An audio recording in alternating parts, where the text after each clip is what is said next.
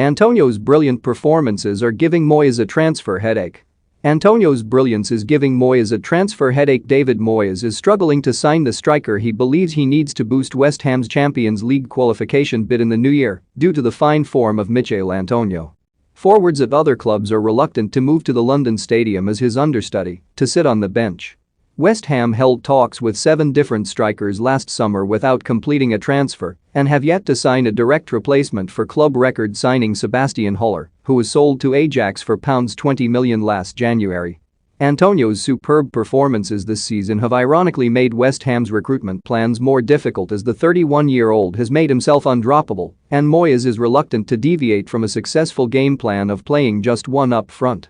Minority shareholder Jamie Rubin was an instrumental figure in Newcastle's appointment of Eddie Howe this week. The former QPR director argued strongly in favour of a British manager with experience of the Premier League given they are facing a relegation battle as opposed to a big-name foreign manager, the approach initially favoured by the club's Saudi Arabian owners.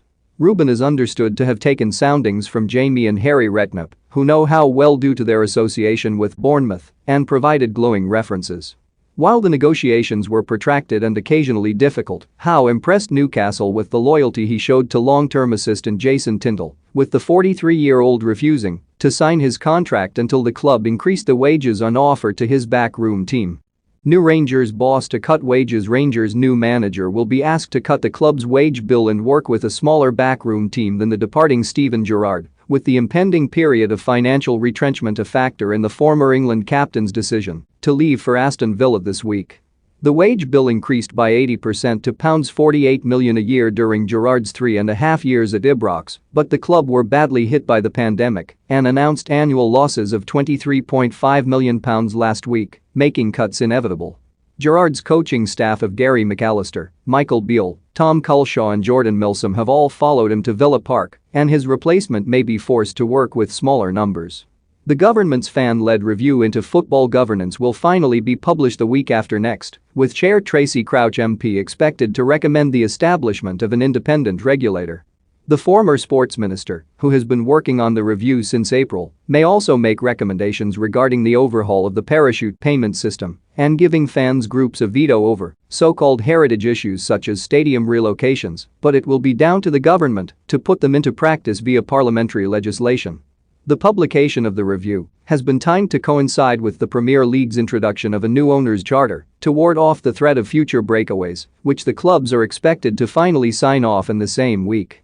Premier League clubs who have vaccinated 85% of their players and coaching staff will be able to abandon social distancing measures at their training grounds and return to traveling to away games in one coach. Under new protocols agreed at this week's shareholders' meeting, the emergency measures can be relaxed upon reaching the 85% threshold, although clubs have the freedom to keep them if they wish. In addition, clubs will also be permitted to resume staging pre-match press conferences in person, but this will not be compulsory and will be dependent on the facilities and space available at each training ground. Agent Barry Silkman is adamant he has been inoculated against COVID-19 despite previously stating he was opposed to being jabbed and had no faith in the vaccine. The former Leyton Orient midfielder repeatedly railed against the